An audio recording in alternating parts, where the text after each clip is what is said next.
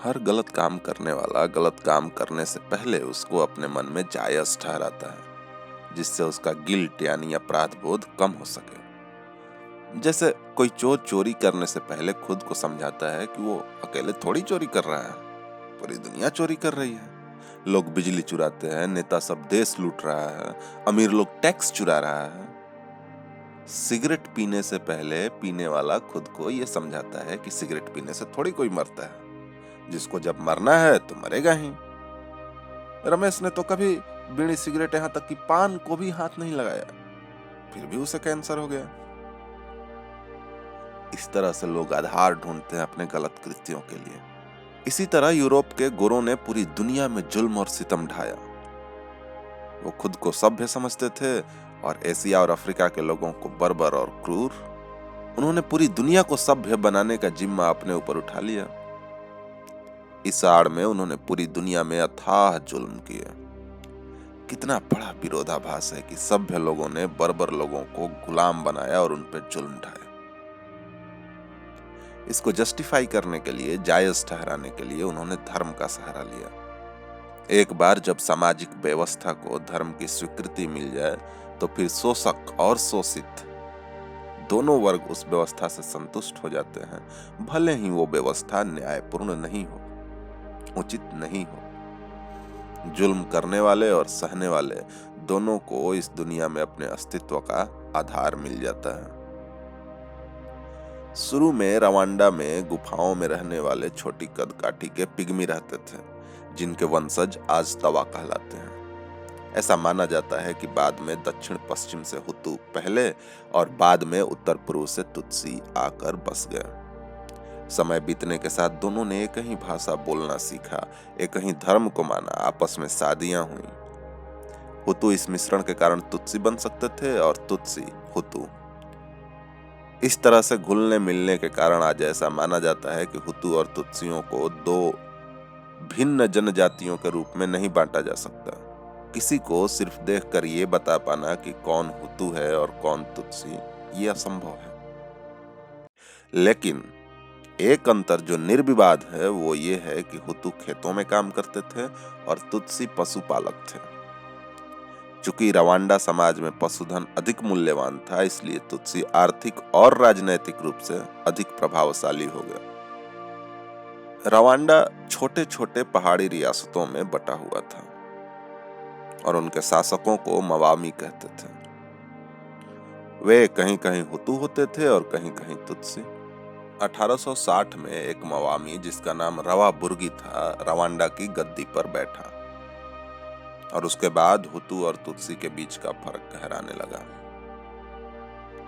तुत्सियों को राजनैतिक और आर्थिक प्रशासन में वरीयता दी गई। कुल मिलाकर तुत्सी शासक वर्ग बना और हुतू शोषित वर्ग। रवांडा में अधिसंख्यक हुतुओं पर तुत्सियों का शासन हुतू असंतोष का सबसे पहला कारण बना। फिर कहानी में आते हैं गोरे यूरोपियन। लेकिन इससे पहले कि हम उनके प्रभाव को समझें, उससे पहले बाइबिल के एक कहानी को हमें जानना पड़ेगा। बड़ी प्रसिद्ध कहानी है नूह की कश्ती यानी जहाज। तो कहानी कुछ यूं है। परमेश्वर यहोवा ने पृथ्वी पर सबसे पहला पुरुष आदम को गढ़ा।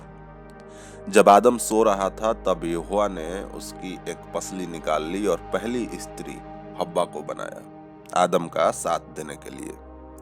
इन्हें एक बगीचे में रखा गया जिसे ईडन का बगीचा कहते थे। यहोवा ने उसमें एक खास पेड़ जिसको ज्ञान का पेड़ कहते थे, उसके फल को खाने से मना किया था।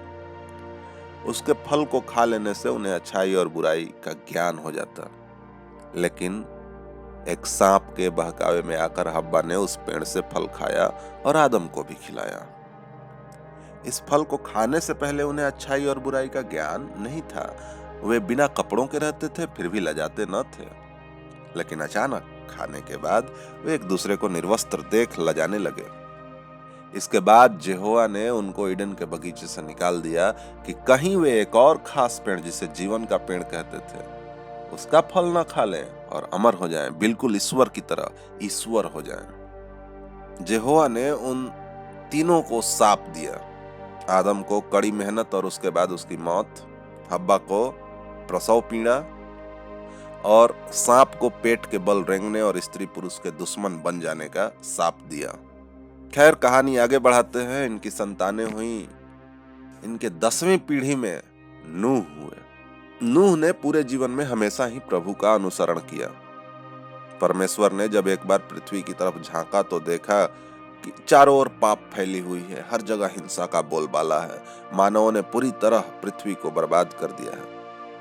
फिर उसने नूह को एक जहाज यानी नाव बनाने का आदेश दिया, उसका पूरा डिजाइन बताया। प्रभु यहोवा ने कहा, मैं पूरे पृथ्वी पे 40 दिन और 40 रात बरसात करूंगा, प्रलय हो जाएगा, सब कुछ नष्ट हो जाएगा।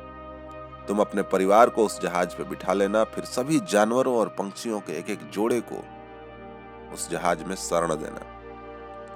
इस तरह से नूह, उसका परिवार और जहाज में मौजूद सभी जानवर और पंछियां उस महाप्रलय के बाद भी जीवित बचे रहे। बाकी सब कुछ नष्ट हो चुका था।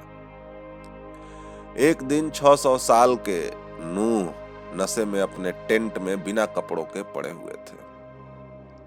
जब उन्हें होश आया तो पता चला कि उनके सबसे छोटे बेटे हैम ने उन्हें नंगा देख लिया था और अपने भाइयों सेम तथा जेफेथ को भी उस सीन के बारे में बता दिया था। सेम और जेफेथ ने अपने पीठ को नूह की ओर किए हुए उल्टे कदमों से चलकर नूह को कपड़ों से ढक दिया।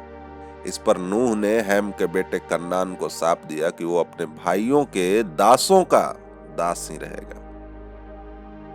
इस कहानी की बहुत सारी व्याख्याओं में से एक ये है कि हैम सबसे पहला अश्वेत था।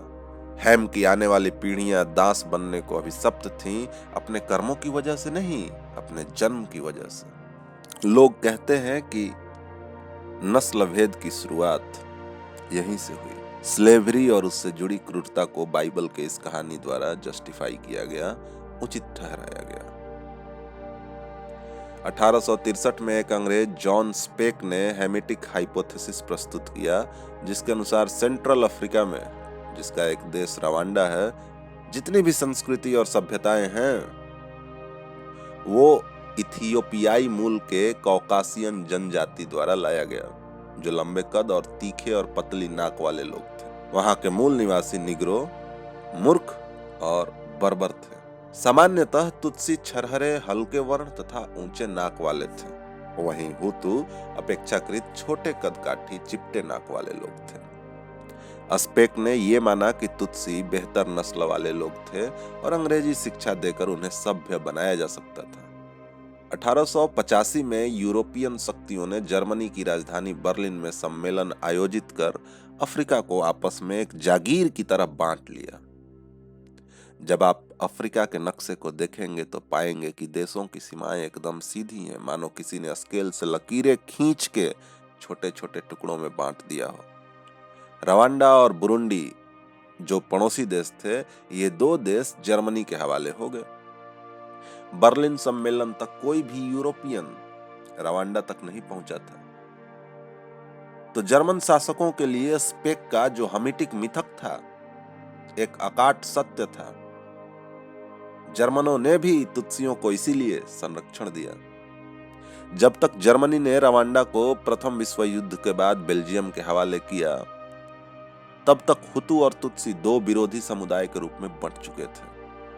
ये बात उनके जहन में घर कर चुकी थी कि तुत्सी मूल निवासी नहीं बल्कि इथियोपिया से आए थे। यूरोपीय शासकों का प्रत्येक देश में यही तो मेन हथियार था, फूट डालो, राज करो।